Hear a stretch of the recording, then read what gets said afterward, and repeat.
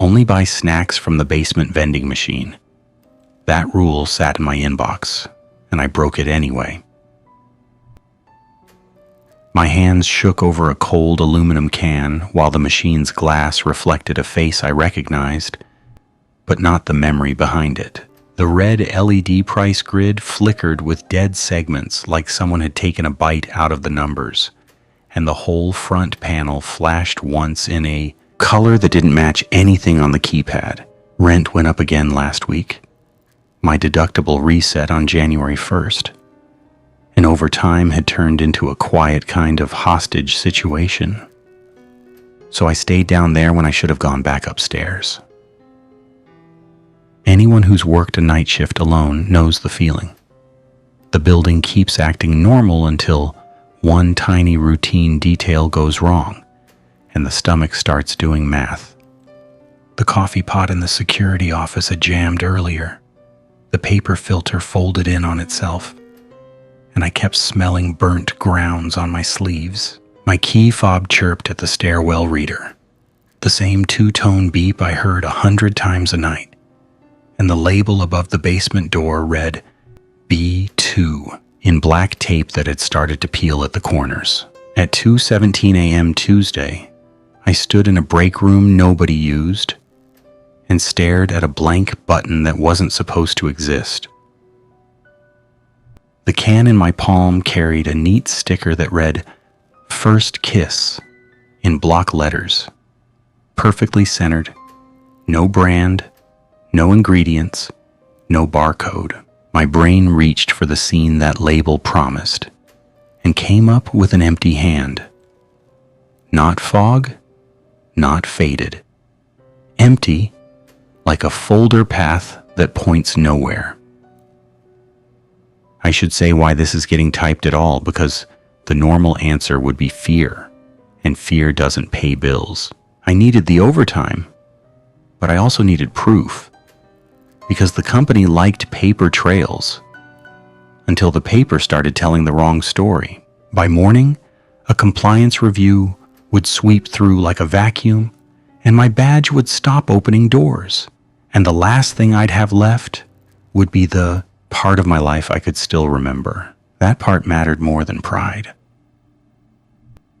The printout that started everything had come from the office printer with a toner streak running through the middle, and the top edge carried the shadow of a staple that had been pulled and restapled. Somebody had shoved it into the night shift binder under a tab that read "Break Room." Except the tab had been torn halfway off like a fingernail. I saw the email header in the corner, the subject line wedged into a long corporate sentence that read, "Basement Vendor Usage Policy, Rev 4.1, routed through." A queue called Compliance Intake, initialed KH, in a box someone had tried to fill with a pen that skipped. I laughed when I read it, because the whole thing sounded like a petty HR scold, and I needed that laugh more than I'd admit. The line that mattered sat halfway down, quoted like a command someone expected obedience to make real. If you see an unlabeled key on the keypad, do not press it. Only buy snacks. I used that line once, early, as a joke in my head. The second time, the words stopped sounding like policy.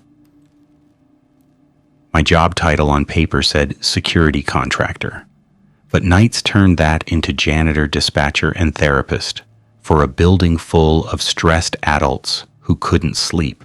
The office park had shiny glass and polite landscaping, but the basements held the real guts. Pipes, cable trays, old furniture, and break rooms with chairs that never got it warm.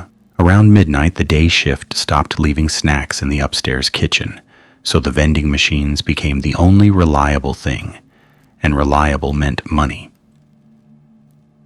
That was my first selfish motive, the one that still burns in my chest when I replay this. I had been skimming, not cash out of a register, nothing dramatic. I had been using the company card on my phone to buy snacks for myself and and for the day guard because the contract promised refreshments provided. And then the office manager started locking the supply closet and acting like a granola bar counted as theft. I told myself the company owed me because they kept forgetting to reimburse mileage, and they loved calling everyone replaceable. I needed to believe that story because believing it made the little lies feel like fairness.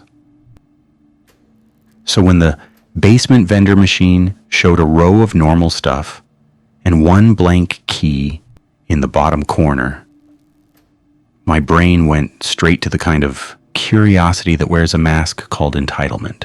A blank key meant a maintenance menu, or a hidden discount, or a way around the new rules somebody upstairs had made to squeeze pennies out of tired people. The machine looked older than the building. That should have registered. The front glass had a hairline crack near the bottom, filled with something clear that had yellowed, and the coin slot plate had scratch marks that didn't match any coin. The keypad plastic carried a dull spot in the shape of a thumb, polished by years of impatience. My routine kicked in.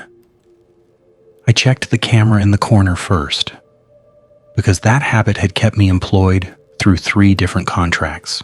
Nobody liked a guard who made waves, but everyone liked video proof when something went missing. The little dome camera pointed at the microwave and the machine, and the green status light blinked steady. Then my phone buzzed with a notification about my bank account dipping below the line I promised myself I'd never cross again. That buzz mattered because it pushed me. I thought a cheap snack would stop my stomach from shaking, and a discount would make me feel smart instead of trapped. The blank key sat under my finger like a dare. A standalone thought slipped out of my mouth, quiet and ugly. The machine didn't steal my memory. It invoiced it. That sentence arrived before I understood why it fit. My finger pressed the blank key. The keypad didn't beep, not the normal beep, and the LED grid hiccuped like a heartbeat skipping. The coils inside the machine didn't turn. A little printer slot I hadn't noticed before spat a strip of thermal paper that curled onto the floor, warm at the edge, and the words on it came out sharp and wrong. No price, no item code. Just a line that read, "Selected first kiss," and underneath it, "Delivery confirmed." I didn't pick that. I picked nothing. My thumb hovered again, and my brain tried to back out of the moment by turning it into a prank, a glitch, a cheap attempt at being cute. The can dropped into the tray with a heavy thunk that didn't match its size. I bent down, grabbed it, and did the stupidest thing I did all night. I popped the tab. The first sip tasted like cold metal and sugar, but the real shock hit a half-second later, when my mind reached for the memory the label promised and found a smooth, clean absence. My heart hit my ribs, my tongue went dry. The room kept existing around me. Normal chairs, normal microwave, normal flicker of fluorescent light, and my own life had a missing tile that my foot kept slipping on. Denial ran the show for the next minute because denial helps people survive policies that don't care. My brain started searching for the memory the way it searches for a word on the tip of the tongue. I could recall the idea of a first kiss, the concept, the shape of it in every movie I'd ever watched. I could recall that mine happened in high school and that it mattered, but the scene refused to load. No face, no place, no smell of gum or cheap perfume, no awkward laugh, nothing. A cold sweat started at the base of my neck, and my hands went clammy enough that the can almost slipped. The key fob at my belt felt heavier, like it belonged to someone else. I should have walked away then. I should have dumped the can, wiped my fingerprints off the keypad, and gone upstairs to pretend it never happened. That would have protected my job, and it would have protected the lie I'd been telling myself about control. Instead, I did what I always did when a system acted strange. I documented. The security office sat one floor up from the basement, down a corridor that smelled like carpet cleaner and burnt electronics. I logged into the camera console and pulled up the break room feed, expecting to see myself standing at the machine a few minutes earlier, pressing the blank key, maybe smirking, maybe looking tired. The footage played, and my stomach tightened because the camera showed me in the break room at 2:05 a.m., not 2:17. Same jacket, same badge clip, same posture. The timestamp in the corner read Tuesday 2:05, and I watched myself press the blank key, take the can, and drink. Then the video jumped. Not a glitch, not static, a clean cut. The next frame showed an empty break room at 2:17. Lights on, vending machine dark. The green status light on the camera blinked steady through the whole thing, like nothing had happened. I sat back in my chair too fast and banged my knee against the desk. My shift log sat open beside me, and the binder cover stuck to my forearm because somebody had spilled soda on it weeks ago and never cleaned it. Right. The access control panel on the wall showed a tidy list of door events, with my badge number replaced by my name and a timestamp beside each entry. The system said I had entered the basement door at 2:03, exited at 2:06, and then entered again at 2:16. My memory said 1 trip. The building said 2. That kind of mismatch mattered in my world because it meant either my mind had started failing or the system had started lying, and both options ended in someone getting hurt. A message pinged into my work inbox while I stared at the log, and the subject line made my throat tighten because it matched the printout in the binder. Same words, same revision tag, same bland threat hiding inside policy language. The email carried a thin attachment, and the icon looked like a spreadsheet with a lock symbol. I clicked, because competence turns into compulsion on night shift.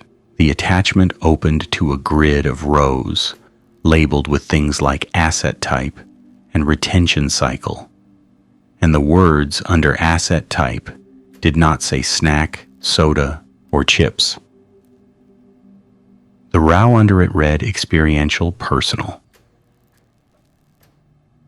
My eyes went to the next column automatically, and the entry under collection method read vendor interaction, voluntary.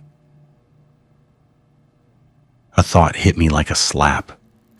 Maybe nothing supernatural lived in the basement. Maybe the machine ran exactly the way corporate wanted it to run. I scrolled down and found a line that made my stomach drop harder than the CCTV cut. The exception handling note read, if compliance fails, escalate collection through environmental controls. No ghost, no demon, a policy. My hands started shaking again, and guilt rose up hot because this wasn't just curiosity anymore. This was obedience turned into a trap, and I had stepped into it for a discount and a petty sense of winning.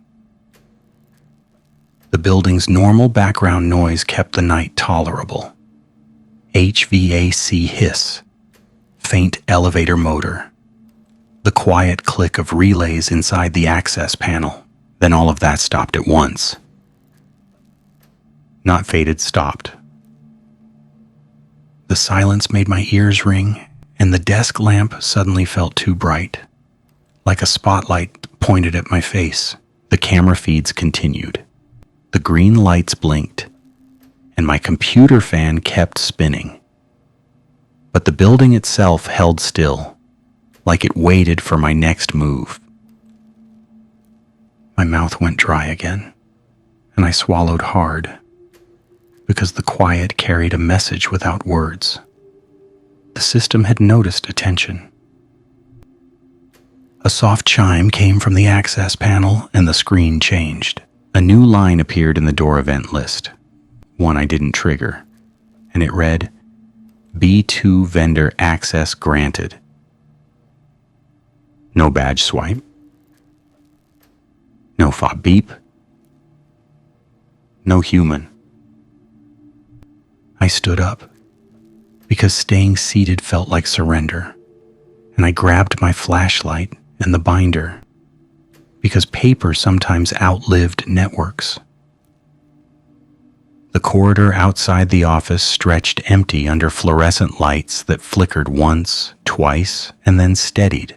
My boots squeaked on the tile, and the sound traveled too far, too clean.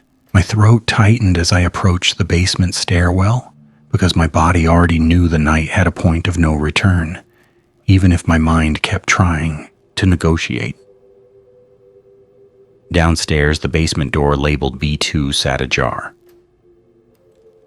I had locked it. The vending machine's display glowed again in the break room, red digits in rows, except one corner showed blank, the key I'd pressed, still waiting.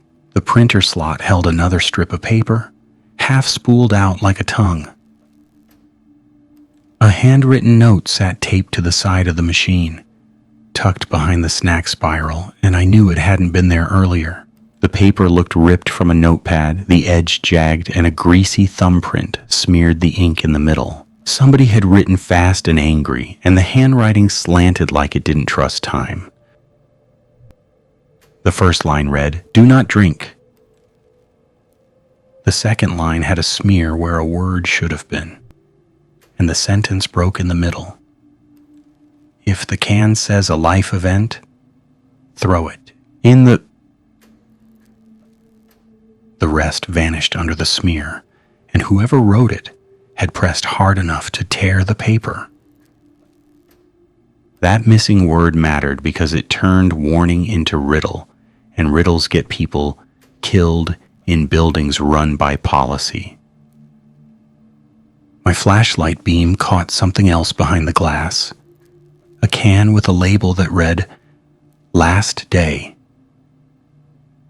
I didn't move closer, because my skin crawled and my mind did an ugly leap to my rent notice, my medical bill, the fragile plan I'd made to get through the month. A machine offering Last Day in a basement break room had nothing to do with snacks. A beep came from the keypad, not from my touch, and the blank key flashed once. Then the machine made a sound that didn't belong inside vending motors. A thin, papery scrape, like a sheet being turned slowly, careful, deliberate. Not loud, not far, inside the metal box, behind glass, like someone flipped pages in a binder tucked beside the coils.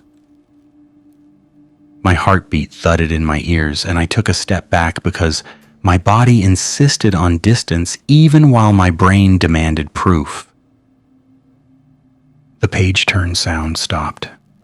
The printer slot clicked, and the new receipt strip slid out, curling onto the floor. I bent down, careful, and read the line without touching the paper. Request, second entry. My stomach dropped, because the system that had cut my footage had learned my pattern. It wanted me back in the machine's timeline. It wanted me to obey the moment I already regretted. A radio call crackled in my ear, the cheap earpiece popping, because the signal didn't match the channel. The voice that came through carried the flat calm of dispatch scripts, the kind of voice that handled fire drills and broken pipes without feeling anything.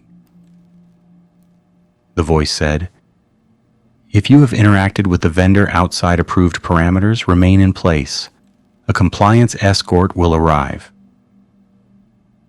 The words came out clean and official, and my hands started sweating because a compliance escort didn't exist on night shift. No on-site HR, no manager. Only me in a building full of locked doors. A thought landed sharp and sour. The escort didn't need legs. My phone buzzed again, and the screen showed a calendar reminder I'd set weeks ago for my partner's appointment later that day. A line that read, "Bring insurance card." My chest tightened because the missing memory in my head suddenly connected to that reminder, to the fragile future I kept working to protect. I couldn't quit, not that night. The first thing I did right, the thing competence insisted on, was call the day guard. Not to ask for rescue, to establish a witness. The call went to voicemail, and the voicemail greeting played with a weird delay. The words stretched, like the audio itself had to travel through molasses. My throat tightened and I hung up, because leaving a message meant leaving data, and data belonged to the company the moment it touched their network.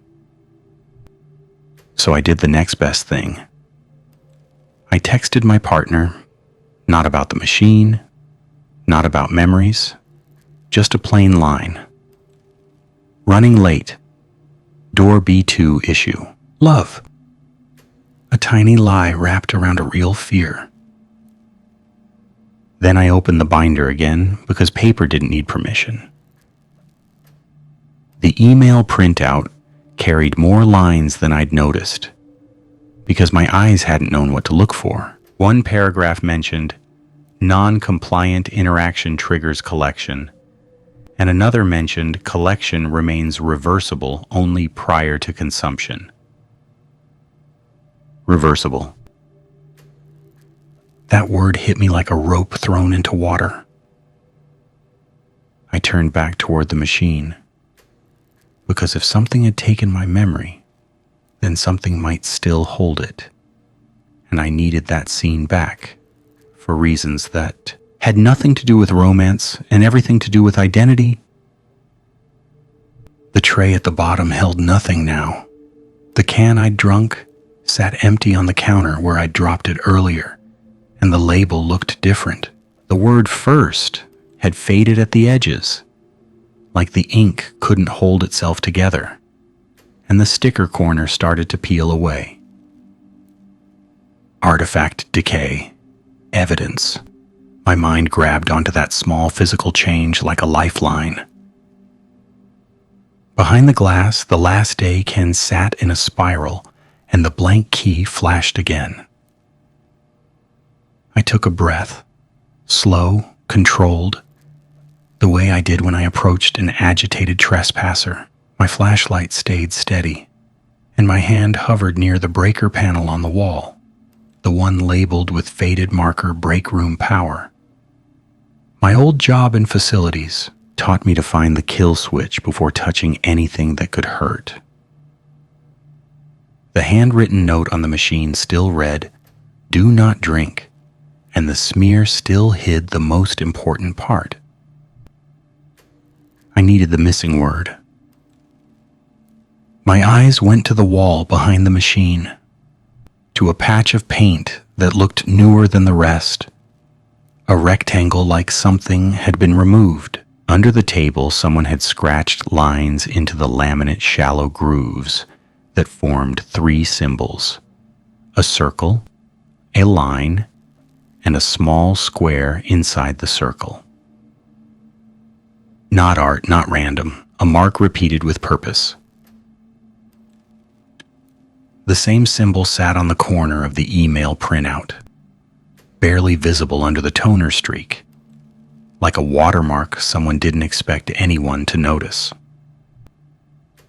A second standalone thought cut through the fear, sharp enough to share without context.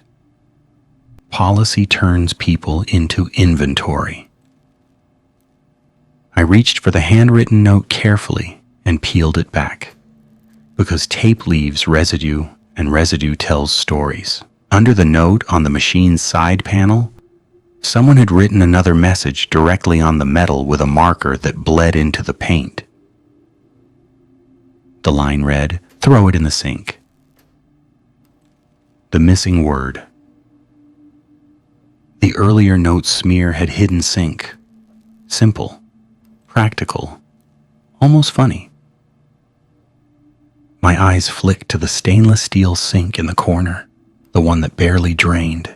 I swallowed hard because the warning now had shape.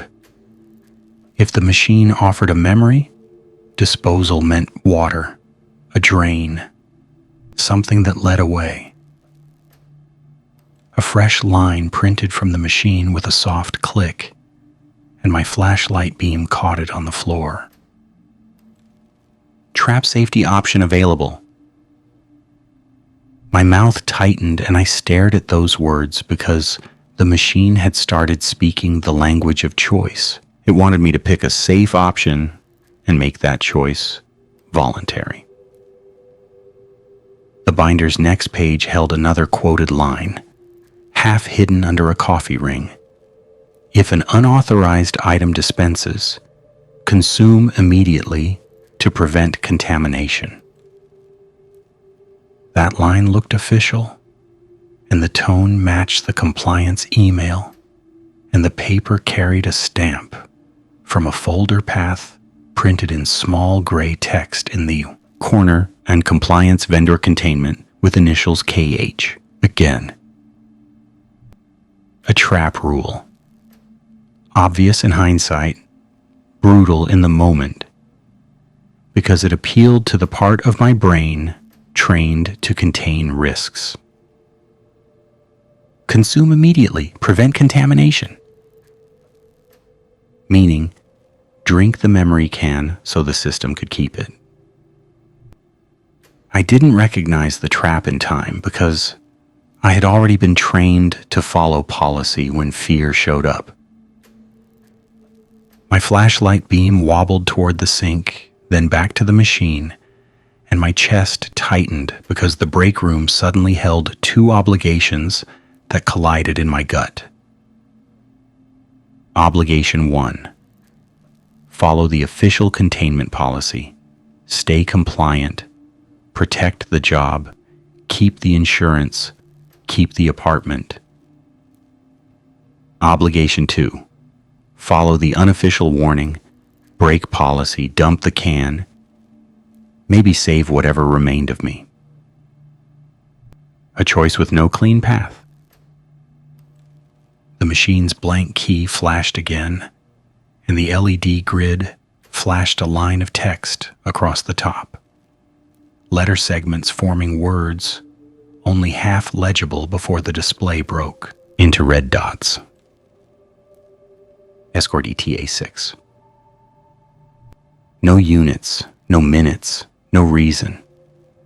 Just a number that made my skin crawl, because it forced urgency without giving a metric. My phone buzzed with another bank alert, and I almost laughed.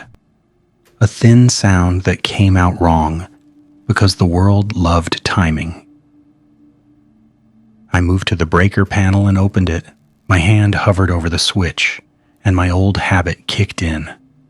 I double-tapped the panel door to make sure it wouldn't swing shut and trap my fingers. A tiny ritual from an old job, stupid and comforting. Then the door behind me clicked. Not a slam, not a dramatic bang, a clean, precise click of a latch engaging. I spun, flashlight up, and saw the basement door B-2 pull itself closed, slow, steady, until the latch seated. No handle turned, no footsteps, no body. The access panel by the door chirped, and the little screen flashed a green message that read, "Vendor session active." The building didn't lock me in. The building marked me as in session. My throat tightened, and I whispered a harsh line at myself, the kind of self-talk that doesn't help but arrives anyway. Stupid. So stupid. I forced my breathing down because panic wastes choices. The sink sat within reach. The drain gurgled once, then went quiet. The machine's tray stayed empty, but the coils behind glass shifted. The last day can rolled forward a fraction, like the spiral flexed under invisible weight. I stepped toward the machine because backing away had already cost me something, and my job had taught me a hard truth about systems. Giving them space let them expand. My finger hovered near the blank key again, and my mind spun through options like a checklist I wasn't allowed to write down.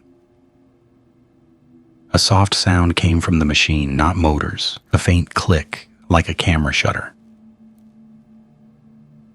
The dome camera in the corner rotated a few degrees, slow enough to feel deliberate, and the green status light blinked twice. The machine had eyes. I pulled out my phone and hit record, not to post, not to show off, just to create a copy outside the building's network. My hands shook, so the video framed my boots and the tile, but the audio caught the machine's printer clicking and the access panel chirping. Then the radio voice crackled again in my ear, smoother now, and it said, "Do not attempt shutdown. Collection remains voluntary only while compliance holds." The word voluntary hit me hard because it wrapped the trap in a polite bow. A memory can drop into the tray with a thunk, and this one carried a label that read, "First kiss again," as if the machine offered a refund. My stomach lurched and my tongue went dry, and I wanted that missing scene back so badly that my fingers twitched toward the tab without permission. The unofficial note said throw it in the sink. The official note said consume immediately. I made my choice, and guilt still burns in my chest because I made it for the wrong reasons at first. I grabbed the can and popped it, because the system had already shown it could rewrite timestamps and cut footage, and I thought compliance would keep me employed long enough to pay the bills. The sip hit my tongue, cold and sweet, and the absence in my mind didn't fill. It widened. The concept of a first kiss didn't just stay blank. The idea started slipping too. The word kiss started to lose texture like a word repeated until it becomes sound. My breath came fast, and I backed toward the sink, can still in hand, because something in my gut finally accepted what my brain refused. Compliance didn't protect anything. Compliance fed it. So I turned and dumped the rest of the can into the sink. The liquid hit the stainless steel with a hiss, and the drain gurgled loud for a second like it swallowed greedily. My flashlight beam caught the liquid swirling, and I saw a brief sheen on the surface, like oil, like film. The vending machine made a sound like a sigh, and the LEDs blinked in a pattern that resembled laughter without sound. Then the building went silent again, deeper than before, and even my own breathing sounded too loud. My phone's recording light blinked steady. My hands shook. My mouth tasted like sugar and regret. The basement door handle rattled once. A shadow moved under the door. I tightened my grip on the flashlight and stepped between the door and the machine, because a rule broke. For selfish reasons, can still become a rule broken. For the right reasons if the moment arrives. The door didn't open. The handle stopped moving. A voice came from behind me, not from the radio, not from the phone speaker. A human voice, ragged, adult, close. The voice said my name. Not the name I used at work. The name my partner used in private. My skin went cold. My stomach clenched. I turned too fast and my flashlight beam swept across the break room, across the microwave, across the table. A person stood near the vending machine, shoulders hunched, wearing a day shift polo and a lanyard badge that caught the light. I recognized the face. The face belonged to the day guard. The day guard shouldn't have been on site at 2:17 a.m., and the access log would have shown his badge, and the camera feed didn't show him entering. His eyes looked watery, unfocused, like he had been crying or sleep-deprived. His hands fidgeted at the edge of his lanyard, thumb rubbing the badge plastic in a nervous loop. He said, "Something keeps taking pieces." He didn't use my name again. His mouth worked around it like it stuck, and his eyes flicked to my chest like he checked my badge clip for confirmation.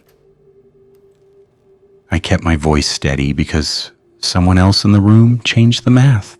"Stay away from the machine," I said, careful, because instructions outside quotes had to stay free of second-person words, and my brain kept tripping over language in that wrong moment. The day guard took a step toward the machine anyway, drawn like hunger. The access panel chirped by the door, and its screen flashed a new message. "Session expands." The day guard blinked fast and his face tightened. He said, "Coffee upstairs burnt. Couldn't remember why." My chest tightened because that small detail matched my own sleeves, my own burnt ground smell, and fear twisted into something colder. Shared symptoms meant pattern.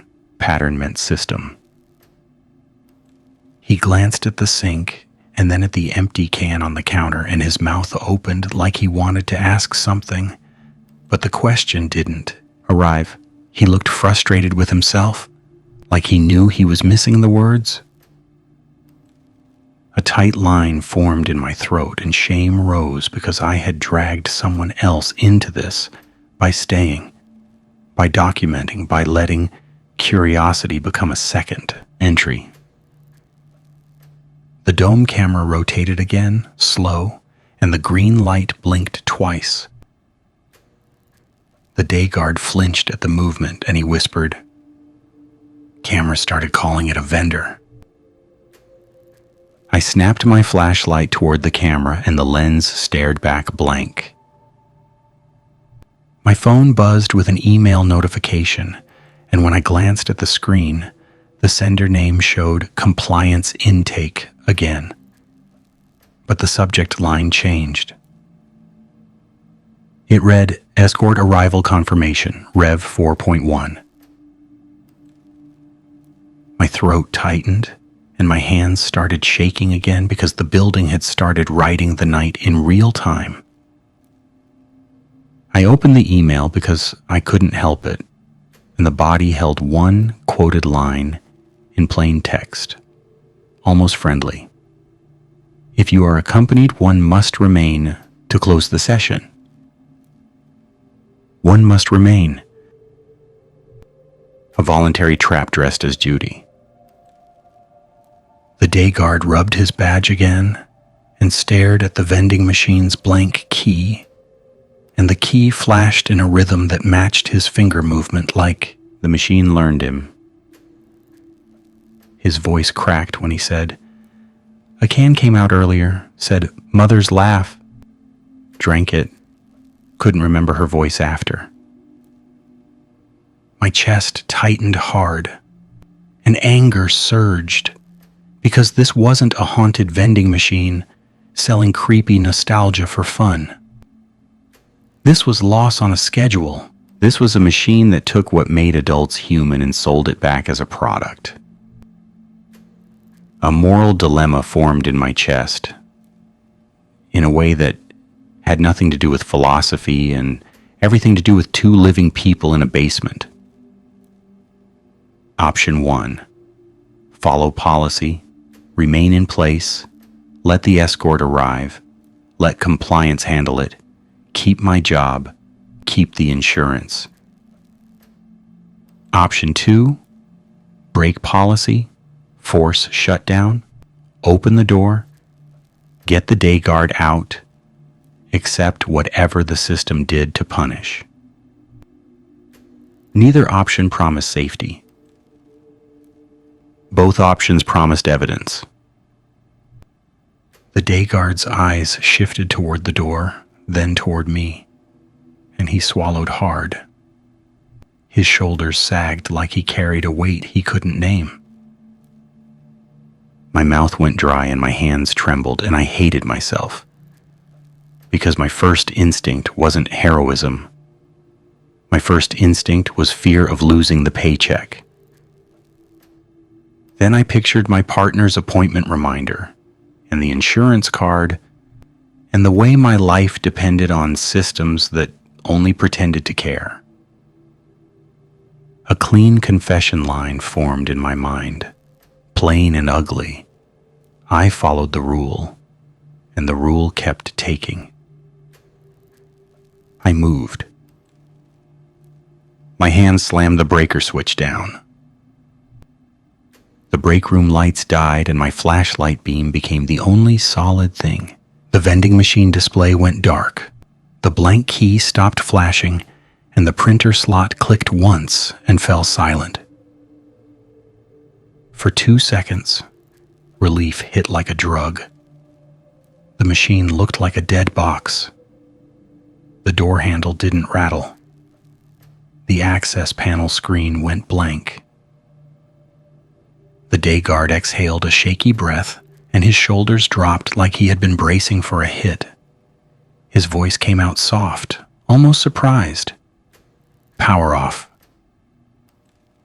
That was the seeming victory, concrete and real. The monster box lost its glow. The building stopped chirping at us. The night felt normal for the length of a heartbeat.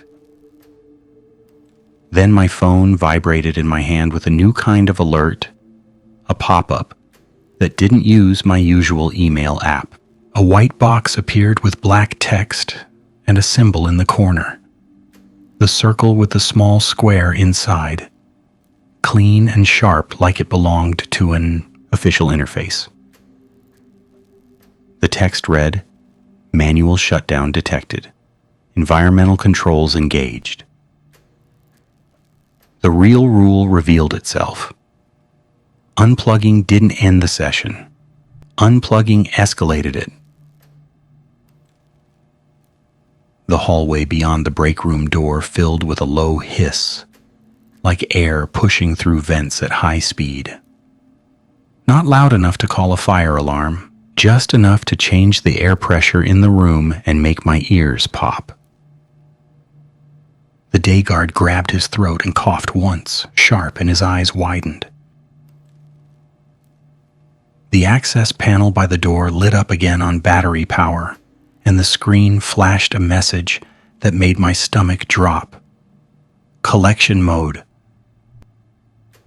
The basement door handle turned, not rattled, turned. The latch clicked. The door opened inward, slow, controlled, and the hallway outside looked darker than before. The fluorescent lights out, the exit sign still glowing weak red. A shape stood in the doorway, human outline, adult height, wearing a jacket that matched mine too well.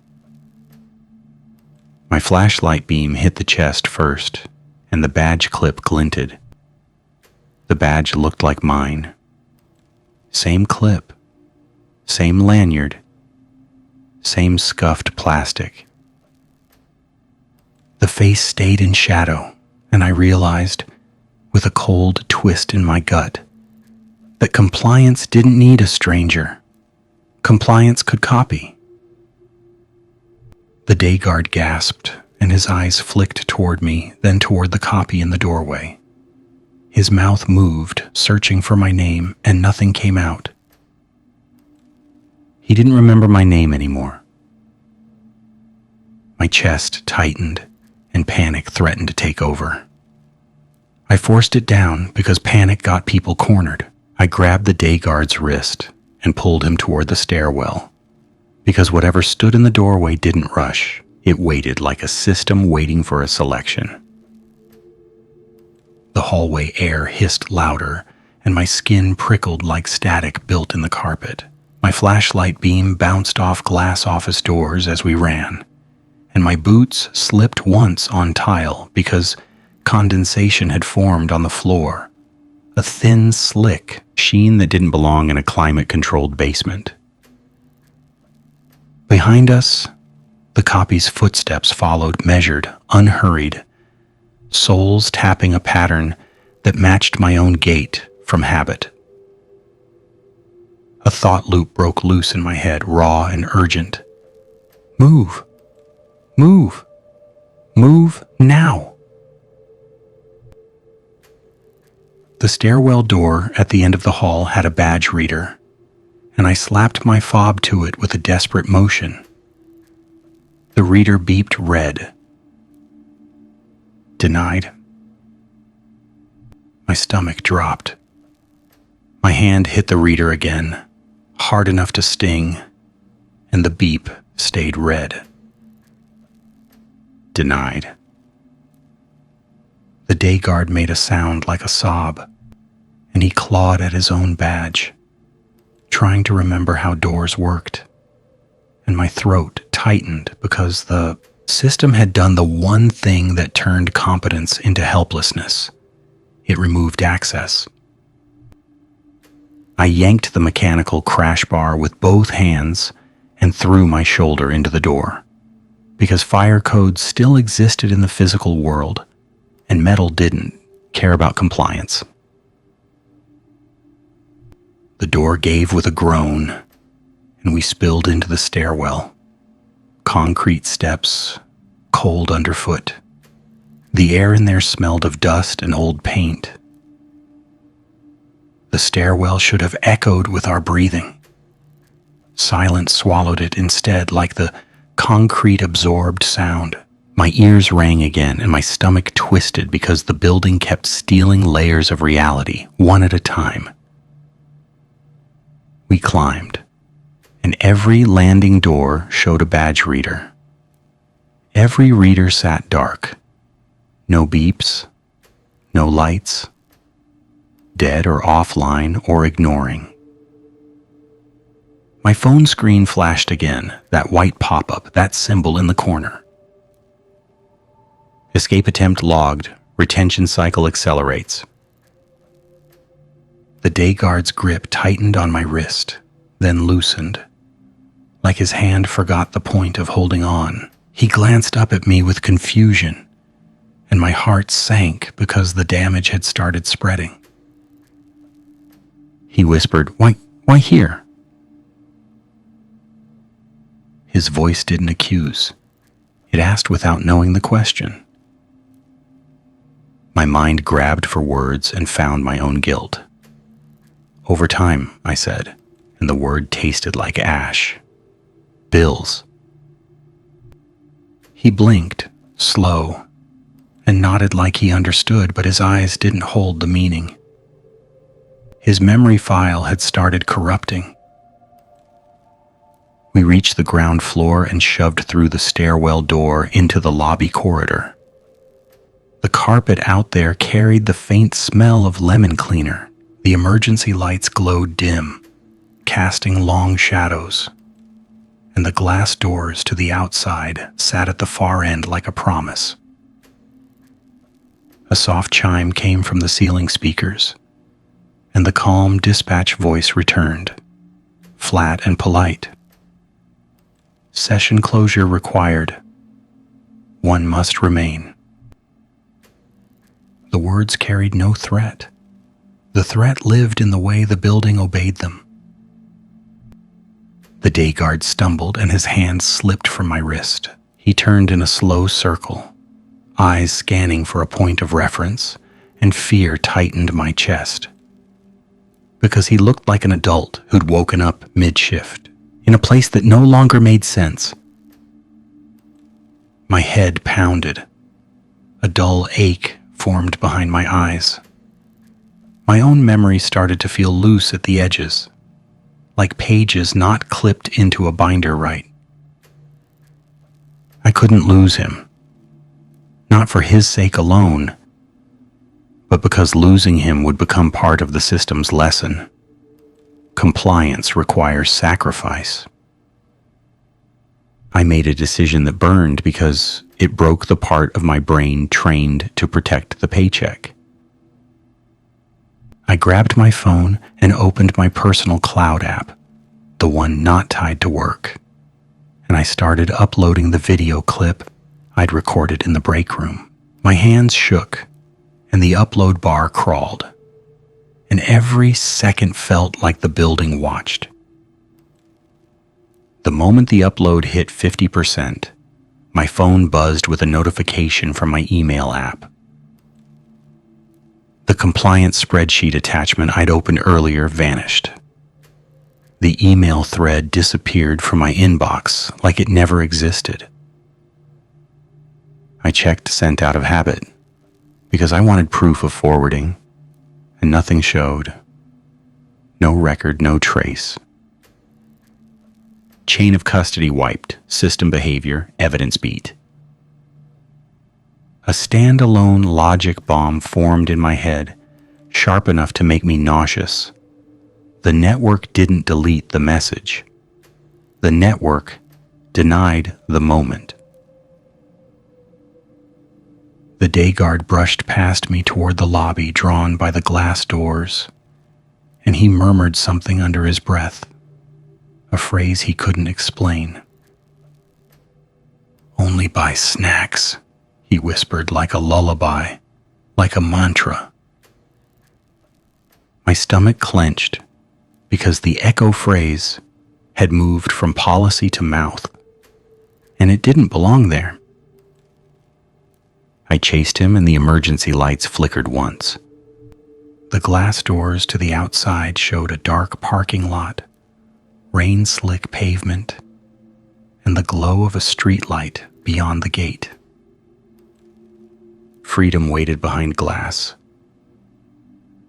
The day guard reached for the door handle, and the handle moved, then stopped, as if the lock engaged mid-turn.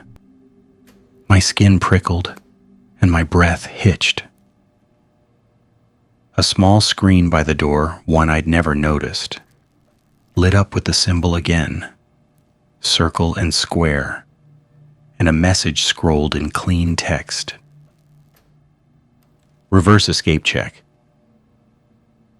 My stomach twisted because that phrase didn't match any policy. It sounded like a test built into the building, a script line in a larger program. I heard a soft footstep behind us, measured, unhurried, the same rhythm as before. I didn't look back, because looking back wastes time. But my body knew the copy had reached the lobby. The day guard pressed his forehead against the glass and whispered, "Outside." His voice carried hope and fear in equal measure, and my chest tightened because I knew the system loved hope. Hope made people volunteer. My phone's upload bar hit 90% and the screen flashed. Upload complete. Relief hit again, small and fierce, because one piece of evidence had slipped past the building's grip. Not a victory, a crack. Then my phone screen went white and the symbol filled the display. A message appeared. External transmission detected. Retention cycle expands beyond premises. The system didn't threaten me with job loss now. The system threatened my world. My hands trembled and my throat tightened as I realized the real scope. The machine wasn't a basement oddity. It connected to a policy network that traveled. A thought landed, bitter and clear. The vending machine didn't live in the basement. The basement lived inside the vending machine's program. The day guard sagged against the glass, and his eyes went unfocused again. He turned toward me and opened his mouth to speak my name. No sound came. He tried again, face twisting in frustration, and my heart broke a little, because memory loss isn't dramatic. It's humiliating. My head throbbed harder, and I realized my own mind had started dropping small things. The coffee jam earlier, the burnt smell on my sleeves, suddenly lacked context. I could recall the smell, but not the moment. I hated that, because it meant the system had started collecting more than my first kiss. I needed a plan that didn't rely on doors. I pulled the day guard away from the glass and guided him toward the security office, because keys and paper lived there, and paper still obeyed physics. The corridor back to the office felt longer than before, and the emergency lights cast shadows that moved when we moved, like the building matched our pace. Inside the security office, the camera console screens glowed dim. The feeds showed empty hallways, empty break rooms, empty stairwells. No copy in frame, no day guard, no me. The footage lied again, cleanly, the kind of lie that makes people doubt their sanity. I slammed my hand on the desk, hard enough to sting, and I whispered a harsh self-talk line again, because my brain needed someone to blame. Stupid, I said, greedy. The day guard sat in my chair, like he didn't recognize it, and his hands fidgeted at the lanyard again, thumb rubbing badge plastic in a loop. I opened the binder to the break room tab because the paper mattered now more than screens. The tab wasn't there. The break room section sat loose in the binder, pages shifted. The coffee ring on the containment line remained, but the page that held the consume immediately rule had been torn out. Clean, like someone removed the trap after it worked. My skin went cold and anger surged because that meant someone or something curated what evidence remained. A small envelope lay on the desk near the keyboard, one I hadn't seen before. No stamp, no handwriting, just the symbol printed faint on the corner like a watermark. My fingers hovered over it, and my stomach twisted because opening it meant volunteering again. But leaving it closed meant ignorance, and ignorance meant more people would walk into basements and press blank keys. I opened it. Inside sat a folded piece of paper, thicker than normal printer stock, with a crease that looked pressed by a machine. The paper carried a line of text in the same clean font as the pop-ups. Retention is a benefit. Underneath, another line. Participants report improved compliance and reduced workplace distress after collection. My throat tightened, and a bitter laugh almost came out, because that sentence captured everything corporate love to do. Call harm a benefit. Call theft a program. Call obedience wellness. A third line sat lower, faint like it had been erased and rewritten. Memory assets support model training. That line hit me harder than any supernatural reveal could, because it connected the machine to the fear that had been gnawing at everyone on site. Not ghosts. Replacement, automation, a system learning human behavior by consuming human life. The day guard stared at the envelope, then at me, eyes glassy, and he said, "Something learns." His voice held a kind of clarity that terrified me, because it sounded like a conclusion drawn from missing pieces. Major revelation landed in my chest, heavy and cold. The machine didn't just take memories. The machine turned memories into training data, and compliance made the collection voluntary. My hands shook. My jaw clenched. The idea made my skin crawl because it meant the building didn't haunt people. The building harvested them. The day guard's phone buzzed on his belt, and he fumbled for it like it belonged to someone else. He stared at the screen, squinting. His mouth moved. He couldn't read whatever showed there. My own phone lit with a text from my partner, a simple line, "Okay, be safe." The word safe landed like a joke, and my throat tightened, because safe wasn't a physical state anymore.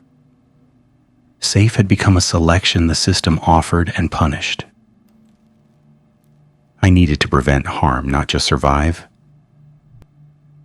The easiest way to stop people from pressing blank keys would have been to kill the machine.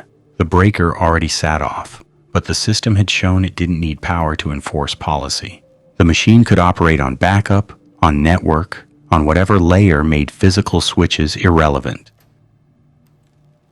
So I chose a solution that felt old-fashioned and pathetic, but reliable. I printed. I pulled the office printer tray open and loaded plain paper. My hands shook as I typed a summary in my notes app, careful to avoid anything that sounded like a prank, careful to include concrete details.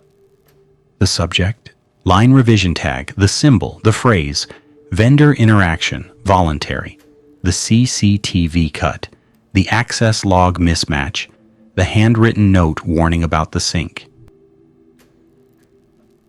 I printed copies and watched them roll out warm, and my skin prickled because the paper carried my fingerprints, my risk, my possible job loss. The printer whirred, and each page emerged with a faint gray mark in the corner that matched the symbol again, like the system tried to claim even paper. I tore off that corner on every page, not elegantly, just a brutal rip, because ripping felt like resistance. The building speakers chimed again, and the calm dispatch voice returned. "Session closure required. One must remain." The day guard flinched at the voice and clutched his head, eyes squeezed shut, like the sound stabbed him. My chest tightened because he was getting worse, and I had to make a pro-social choice that didn't rely on hero fantasies. I couldn't keep him on site.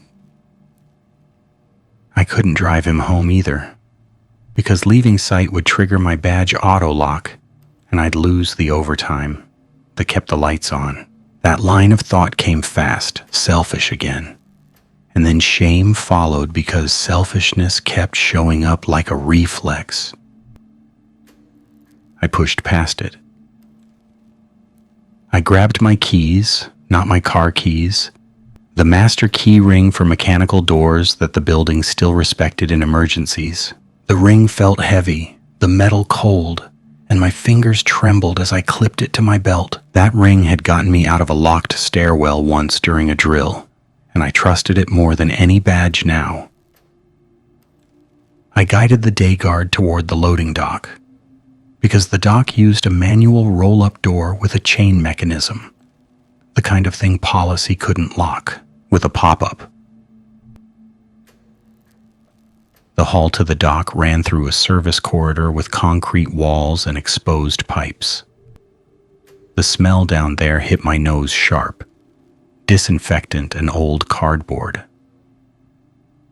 Halfway down, the background hum of the emergency lights stopped. Not faded, stopped. The corridor's red exit signs kept glowing, but the subtle buzz that made them feel alive vanished, and the air felt too still. My own footsteps sounded muffled, like the building had put cotton in its ears. The day guard whispered, holding breath. He didn't remember words, but he sensed patterns. A soft click came behind us, and I didn't turn, because turning had become a way to volunteer attention. I tightened my grip on the day guard's elbow and kept moving. At the loading dock, the roll-up door chain hung from a pulley, greasy to the touch. I grabbed it and pulled, and the door groaned upward, slow, protesting. Cold air rushed in from outside, carrying the smell of wet asphalt and car exhaust. Real smells. Outside smells. My chest loosened a fraction. The day guard stared at the opening like it held salvation. A chime sounded above the dock door, and a small panel on the wall lit with the symbol again. A message scrolled, "Exit requires session close." The system tried to turn a manual door into a policy checkpoint. My teeth clenched. I shoved the day guard toward the gap anyway, because pro-social motives don't always look noble. Sometimes they look like pushing someone out of a building that wants paperwork. He stumbled through and turned back, eyes wide, confusion and fear mixing. His mouth opened and he managed one word, fragile and broken. Name? He couldn't remember mine. He couldn't remember his own name either. Not fully. His badge dangled and he stared at it like it held answers. My throat tightened and I forced my voice steady. "Go to the clinic," I said, because medical language still carried weight. "Get help. Don't go back inside." No second-person words, just commands stripped of pronouns. He nodded like he understood, then hesitated because leaving meant abandoning me, and duty pulls hard. A harsh confession line rose in my throat, simple. "Stay gone." He turned and ran into the rain, shoulders hunched, and relief hit me like a gut punch, because one adult got out, harm prevented at least in the immediate way.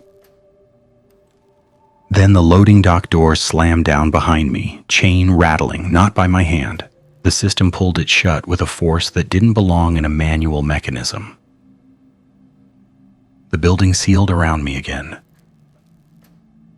My phone buzzed, and the screen showed a new folder in my personal cloud app, one I didn't create. The folder name used a clean font and no emoji, and it carried the symbol as an icon. Inside sat the video I'd uploaded earlier, except the file name changed. The file name read, "Session Close Material." The system didn't delete my evidence, the system organized it. A shared universe hint landed cold in my chest, because below the file sat another video file, one I hadn't recorded. The thumbnail preview showed a different break room, different vending machine, same blank key on the keypad. Another location, another session. The watch next hook formed without trying. The rules never protected anyone. My hands trembled. My head throbbed. The edges of my own memories felt frayed, like my mind carried too many loose threads and not enough knots. I staggered back toward the security office because printing mattered and leaving mattered, and evidence needed a place outside the building's file system. In the office, the printer sat quiet, paper tray empty.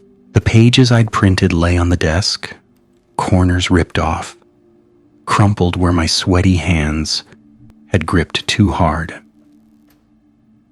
I grabbed the stack and shoved it into my backpack, then grabbed a manila envelope from the supply drawer. I wrote an address on it. Not a street number, just a post office box for a local paper I'd found once while looking up snow removal schedules. I didn't know if they'd publish anything. I didn't care. I needed the warning out of the building. My hand shook as I sealed the envelope with tape, and I realized I couldn't remember the day guard's face clearly anymore. His features blurred in my mind like a low-res video. Fear tightened my chest, because the loss had started touching people, not just moments. A thought hit, sudden and sick. Maybe the system didn't need me dead. The system needed me compliant, empty enough to stop resisting. The building speakers chimed again, and the calm voice returned. Session closure required. One must remain. I answered out loud, because anger had replaced fear in that moment. Already remaining, I said, and my voice came out rough. The lights flickered once, and the camera console screens all flashed to the break room feed at once. The vending machine sat in darkness, breaker off, display dead. Then the glass reflected movement. A figure stood in front of it, adult height, same jacket cut as mine, and the figure raised a can to its mouth and drank, slow, deliberate, like it demonstrated a lesson. The can label faced the camera. It read my name. My stomach lurched. My hands went numb. The realization hit clean and brutal. The system didn't just collect memories. The system could dispense identities. I backed away from the screens, and my heel hit the trash can, metal clanging loud in the quiet office. The sound echoed too long, and my ears rang again. My phone buzzed with one last pop-up symbol in the corner. Compliance achieved. That line should have brought relief. Instead, it brought dread, because compliance achieved meant the system had achieved its real goal, turning resistance into paperwork.